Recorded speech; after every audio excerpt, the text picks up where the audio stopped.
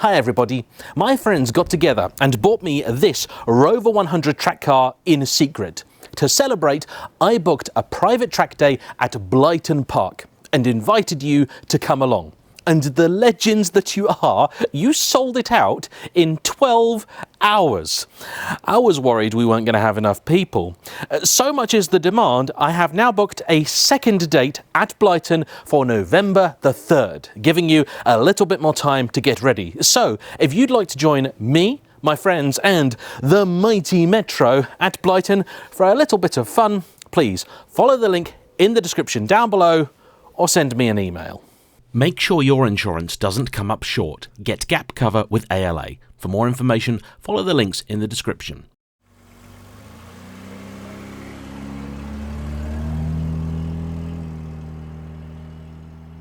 Hello everybody, way back in 1976, and my father was a 17-year-old man about town and very excited for his father's new car.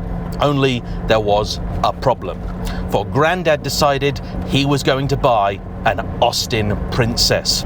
And my dad was utterly devastated at the notion, because there was no car surer to kill any street cred he had than a Princess. Luckily, the factory went on strike and Grandad couldn't get his Princess. Instead, he bought an Alfa Romeo Alfetta GT. And though I may never know quite why it was that Grandad flipped from the least cool car on planet Earth to the most cool car he could have bought, today, near 50 years later, I finally get to see what my dad missed out on. That's right, I'm driving a Princess. Enjoy.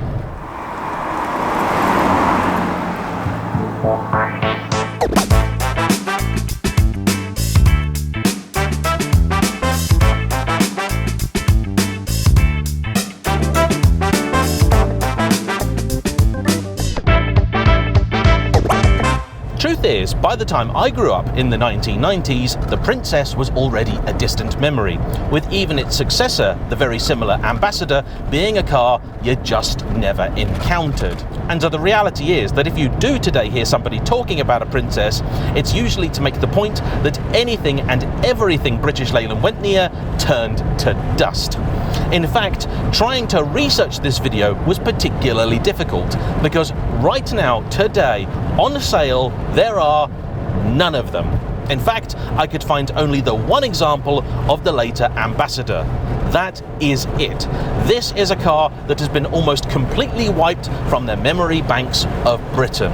And it's not as if it's a car where they only made a few thousand of them. No, they made a few 100,000 of them. And I can find you an example of a Maestro, I can find a Metro, heck, I can find an Allegro. But the Princess, it's gone. So how bad really was it? Well, the thing is, the more and more I researched this car, the more I felt sorry for it. The beginnings of the Princess can be traced back to 1970, when BMC began development for the replacement of their AD017, a car known to many as the Land Crab. It was a mainstay of the BMC lineup, but unfortunately never quite found the success that they wanted for it. The new car, somewhat confusingly, bore the designation AD071, though in the earlier days it had a much cooler name, Project Diablo. And I can't help but wonder if they'd called it that, as opposed to the Princess, it might have sold just a little bit better. Either way, in terms of styling, it was a radical departure from the old AD017, and these lines came courtesy of one Harris Mann, a designer many may not have heard of, but whose influence was seen decades later on the likes of the MGZ cars, the ZR, ZS and ZT, at least in their original iterations.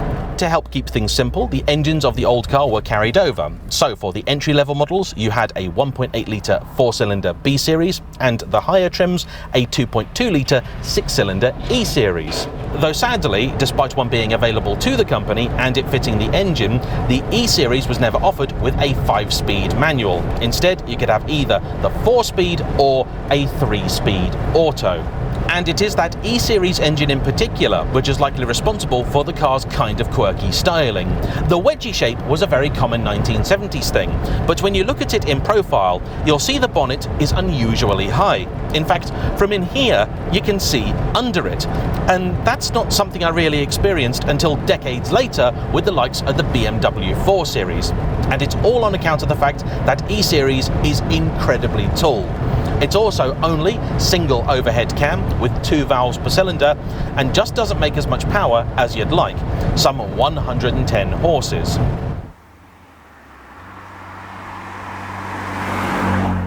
But the car did have a lot going for it, thanks to that front-wheel drive layout, which apparently the marketing people had resisted, but BMC and later BL were already heavily invested in. It has a lot of interior space for a car in its class. Although its class is somewhat difficult to define, because in terms of size, it sits between the Ford Cortina and the Granada. The idea being it was positioned as an alternative to either a high-spec Cortina or a low-end Granada. Suspension was courtesy of the then familiar Hydrogas system, and I've got to say, it works very well indeed.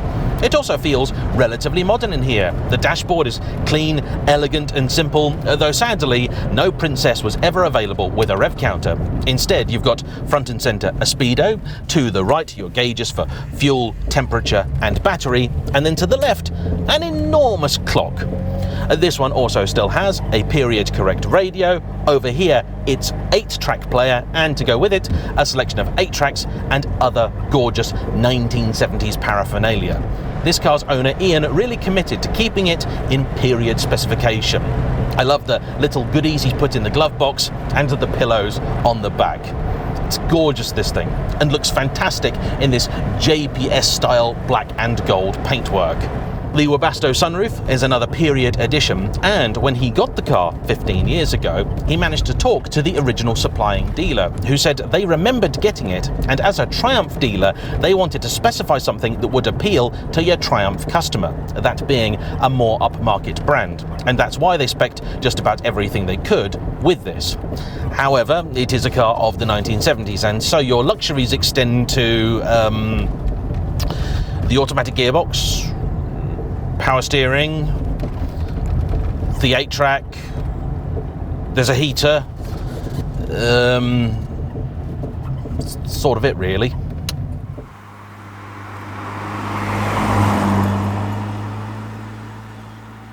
And here's where things get really confusing, because when road testers got to sample this car in March of 1975, they really liked it.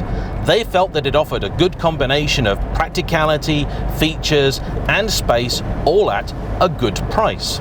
There were some things they picked up on, like the fact it was strange to design a car like this and not make it a hatchback. Instead, you've got a large but conventional opening boot. At the time, BL gave a great many reasons why they hadn't done it, but later they admitted the reason was simple. The Rover SD1 had a hatchback, and so they weren't allowed to give this one, because the Rover was better. But the oddness does not end there, because when this car was launched, it wasn't even called a Princess. In fact, I have to say this now to please the pedants, there was never actually such a thing as an Austin Princess that looked like this. In New Zealand, they did have one, and there was previously a car called the Austin Princess, but it was a very different thing. Instead, this car was sold under no fewer than 3 different badges. And this was after British Leyland having said they felt that the brand confusion of BMC needed to stop. So when this car hit the showrooms, you could buy it as either an Austin, a Morris, or a Wolseley. The model name then simply being the engine displacement, so commonly the 1800. And this of course was all necessitated by the fact that BL had inherited a somewhat jumbled and confusing collection of different brands and dealerships. But by September of that year, they rationalised things and relaunched the car as just the Princess. It's then being available with one of 3 trims, the L for low level, HL for high level, and here the HLS for high level super. But even with the positive press, it did not take long before things went wrong for the Princess. and it really started as soon as the cars were built, and likely because they were put together in the most militant factory on planet Earth, Cowley. There is a list I found online of some of the very many reasons why the factory workers went on strike. My favourite of all being that one day they installed a safety barrier in the workshop, and somebody decided this was an impediment to them getting the parts they needed for the car. And somehow, because this is 1970s Britain, that led to 300 people walking out. And when Cowley wasn't on strike, one of their suppliers invariably was.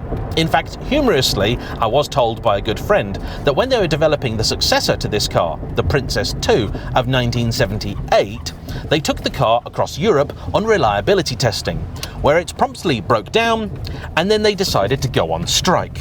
To be perfectly honest, it is nothing short of a minor miracle that any of these ever got made. The sad fact is that those that did weren't made very well, and so they had problems with just about anything and everything, to the extent that today, nearly 50 years after this rolled out at the factory gates, Ian is still sorting things with it. There is always something that needs doing, and it's not just any one area of the car. Luckily for him, many parts are shared with the contemporary MGB and other models in the BL lineup. Princess-specific parts, though, are hard to find. Once upon a time, there were still plenty in scrapyards, but almost overnight they disappeared. And this one nearly found itself suffering the same fate. He picked it up a decade and a half ago because the owner was going to take it in for the scrappage scheme, and said anybody that wants it can have it as long as they give me the same value I've been offered for scrap. Desperate not to see it crushed, Ian went across country and picked it up. And the most amazing thing is, it was in the condition you see it today. It was no crusty lump in need of a huge resto job. It was a decent, honest and working car. As far as we know, this has never ever been restored, and it sat on 58,000 genuine miles. Amazing. And, to be quite honest, it's quite nice to drive. Sure, the engine is gutless, the gearbox is okay but not particularly exciting, but the visibility is excellent, the steering is okay, a little bit too light but common for cars of the day. The brakes are okay. I do have to be a little bit careful in the corners because it just won't go around them like a modern car, but it's also far more capable than you might expect it to be. The rear seats are tight if, like me, you are long of torso, but otherwise the space in them's pretty good, and everything in here just feels a little bit better than I thought it might. The two-spoke steering wheel with a little strip of wood or wood effect something or other in the middle of it is very, very period, but honestly this is a car that's quite difficult to dislike. Even the turning circle's pretty good. The thing is, though, that today I'm getting to experience this car as a classic, as something that somebody's pride and joy to take to the pub, go out of a weekend, take to the odd classic car show. I never had to deal with it when it was new. And I think you have to put yourself in that mindset to understand why the car didn't work. For here you have something built by a company that really didn't know what it wanted to do, had a bunch of workers that didn't want to do anything, and a badge on it that, well, it's just not sexy, is it? I went on to Car and Classic today and put in Princess, and I didn't find a single one of these. Instead, what I found was a bunch of cars that had once been owned by a princess. Oh dear.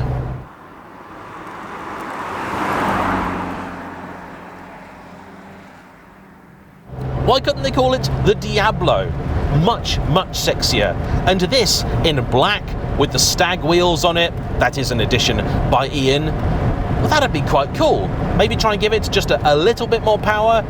That would have been sexy. I think maybe my dad would have happily had one of those.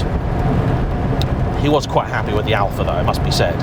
Him and his friends clubbed together and would get petrol money and go out and had a great old time. And, in fairness to the Princess, I have on many occasions tried to find an Alfa Romeo Alfetta GT from the 1970s for sale, and I don't think I ever have. These at least do come up every now and again.